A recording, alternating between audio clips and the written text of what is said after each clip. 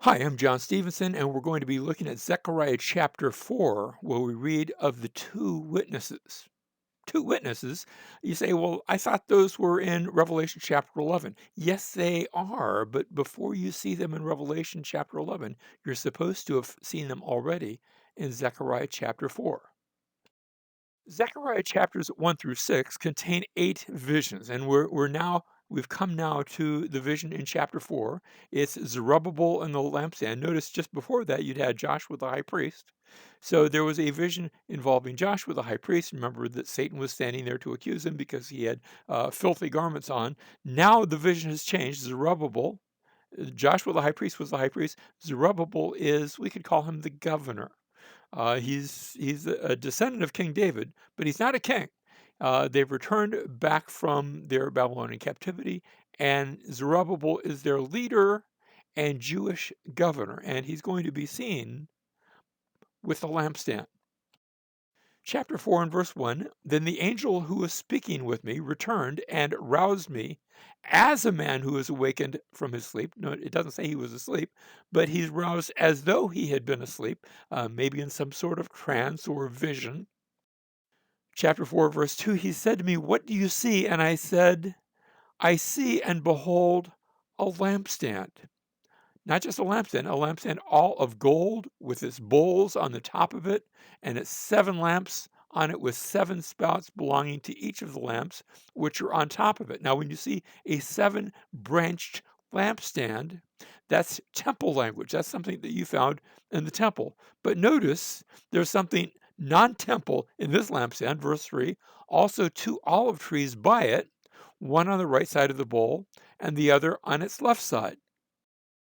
So here we have the lampstand, 7 lamps, and on either side of it, you have olive trees, which are feeding their olive oil into the lampstand to provide a never-ending source for the lampstand. Now, remember I called this section the two witnesses, and that reminds you of something way back in Revelation, or actually way forward. It hadn't been written yet in Zechariah's day, but the two witnesses of Revelation chapter 11. In chapter 11 of verse 3, you have in the book of Revelation, I will grant authority to my two witnesses, and they will prophesy for 1260 days, clothed in sackcloth. And everybody is always asking and speculating who on earth are these two witnesses. But they always seem to ignore the next verse, which says, these two witnesses are, who are they?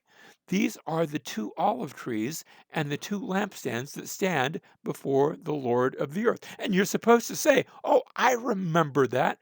That was a vision, that was a symbol from the book of Zechariah. And few people remember to put that together, but we're going to do that here. So we're going to look at their identity in Zechariah, and then that will help inform us as to who is their identity when we get to the book of Revelation.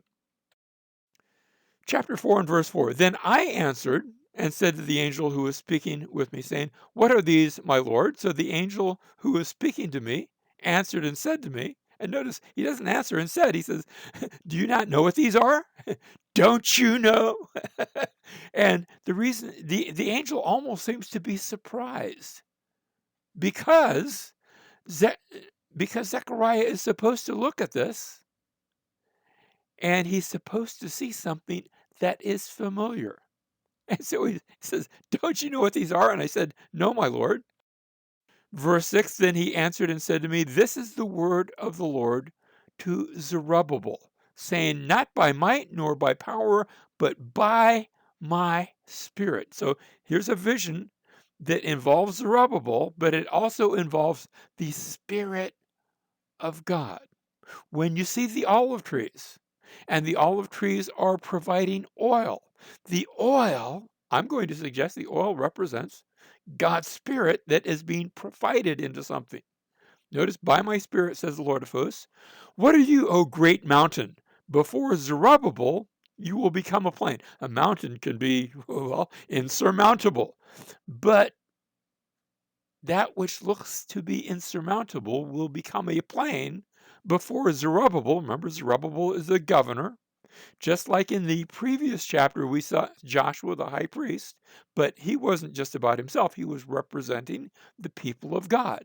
Here we have Zerubbabel, and the same thing is happening. He is the representative. He represents the people of God. I have in chapter 3 a representative of the people of God. Here in chapter 4, a representative of the people of God. I have, can I say it this way? I have two witnesses representing the people of God. And before Zerubbabel, he says, you will become a plain, speaking to this mountain, and he will bring forth the top stone with shouts of grace, grace to it. Now we've already seen this image of a stone back in the previous chapter. Verse 8, and also the word of the Lord came to me, saying, the hands of Zerubbabel have laid the foundation of this house. So not only is there a stone, but there's a foundation. What's the best kind of foundation? The best kind of foundation is when you use a foundation of stone, a foundation of rock. And the house that they're talking about is the building of the temple. Well, the hands of Zerubbabel have laid the foundation of this house, that is the temple, and his hands will finish it. And then you will know that the Lord of hosts has sent me to you. You see, back in the Psalms, you'd had the same imagery of a stone that became the foundation.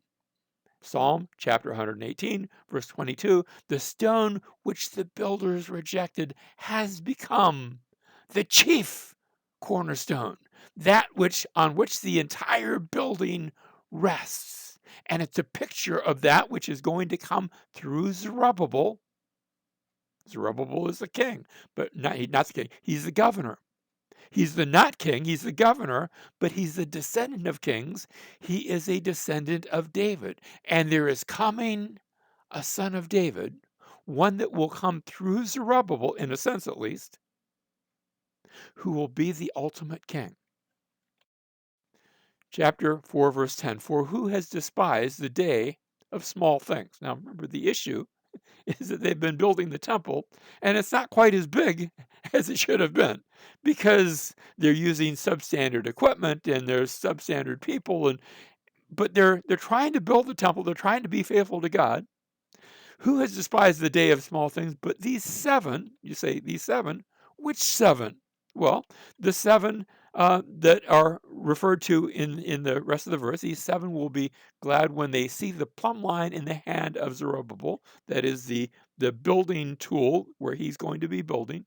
These are the eyes of the Lord which range to and fro throughout the earth. Back in chapter 3, we saw the stone on which he had set before not Zerubbabel, but Joshua, the high priest, on one stone or seven eyes. So these seven goes back to the stone that the builders rejected, the stone that is to be the foundation stone for the building of this temple. But we're not just talking about the temple that they built in Zerubbabel's day. It's the bigger and the better temple, because this is just a small temple. There's coming a greater temple, a temple that will be so great that it will fill the entire earth. Verse 11, then I answered and said to him, what are these two olive trees on the right of the lampstand and on its left? And again, we're seeking clarification of the identity of this symbol. Verse 12, and I answered the second time and said to him, what are the two olive branches which are beside the two golden pipes which empty the golden oil from themselves? How does all of this fit together? I've got this image of two trees, and they are bringing oil to the lamps to provide oil, God's Spirit, and light and life. And what does it all mean? Verse 13, so he answered me, saying, do you not know what these are? Look in a mirror. You can almost imagine him thinking. And I said, no, my Lord. Then he said, these are the two anointed ones. Now notice this idea of the anointed ones, literally, sons of oil, Bene ha-Yetzar. Sons of oil, anointed ones I think works, who are standing beside the Lord of the whole earth. You see, the people of God, represented by the high priest and by the descendant of David, the governor, not anymore a king, although they had been kings in the past, that represents the people of God, who in turn will become sons of oil, who in turn will be given the very Spirit of God, as God's Spirit not just comes into the temple, but is that which generates the temple and builds the temple and builds the people of God.